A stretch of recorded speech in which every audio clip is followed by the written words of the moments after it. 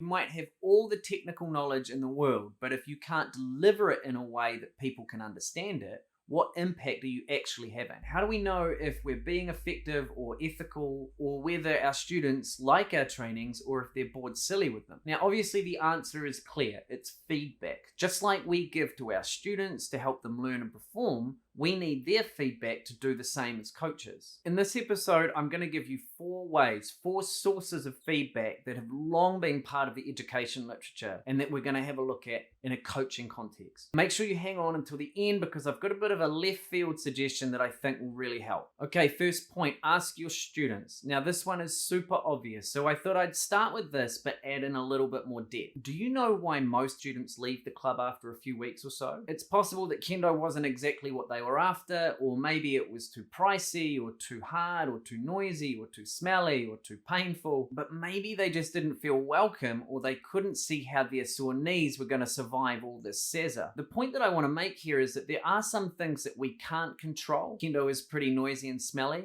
but it's the things that are in our control, like tailoring a piece of feedback in a way that acknowledges someone's needs, that could make all the difference. But we'll simply never know unless those that come and go are given the chance to provide that feedback. So just ask them how they feel about our coaching, what they find helpful, and what they think that we could be doing better. For example, do you feel like you spent enough time training tonight? Or were your coaches able to explain and demonstrate skills to you in a way that really helped? Whatever works for you is all good, but just make sure you give them room to elaborate as well. Being really specific about the feedback that you want will really help you and the person that you ask to give feedback. And make sure you hold on to the end because this will be one of the key elements for the out-of-the-box suggestion that I have a bit later. Number 2, ask your colleagues or your senpai because they can provide us with a fresh perspective on our coaching and highlight the things that we may not have noticed. And this doesn't have to be about whether the way that you're doing a skill is the correct way or not. It's absolutely fine to have these conversations, but really the gold is in discussing whether you can be heard by everyone, whether the group needs to be split up differently, or whether someone else could take the seniors for a while to infuse some new perspectives. To keep things above the line and positive,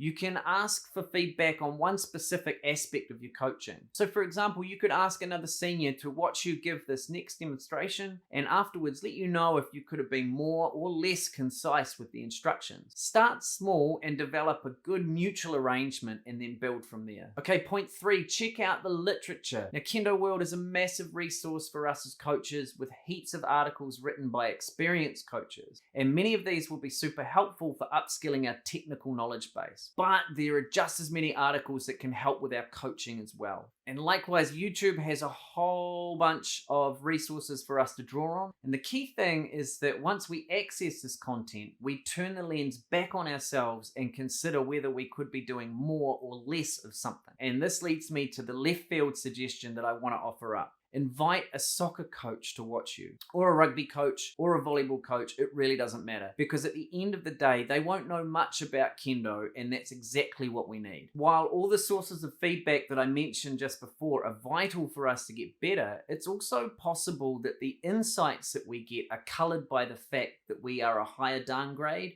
or the only coach in the area. And this can cloud the really important gems that we need to finally see our blind spots. So invite a local coach or a coach developer from a different sport to come in and watch you coach. And again, ask them to watch you deliver a demonstration or provide feedback to a beginner or teach the seniors how to do sashimen. Remember, we're trying to facilitate learning and performance, so it's not necessarily just about the content knowledge that we're offering. It's the way in which it's being delivered and the way in which that's been picked up. So getting feedback can be a little bit confronting and overwhelming. So before you go and try and seek out new feedback, try and be clear on what area of your coaching you want feedback on. Is it your effectiveness? Is it your efficiency? Or is it your coaching ethics? Either way, being clear on what we want to know can help us get more targeted feedback that's relevant to our coaching goals. If you want to learn more about how you can improve your Kendo coaching skills, check out these episodes here and I'll catch you in the next one.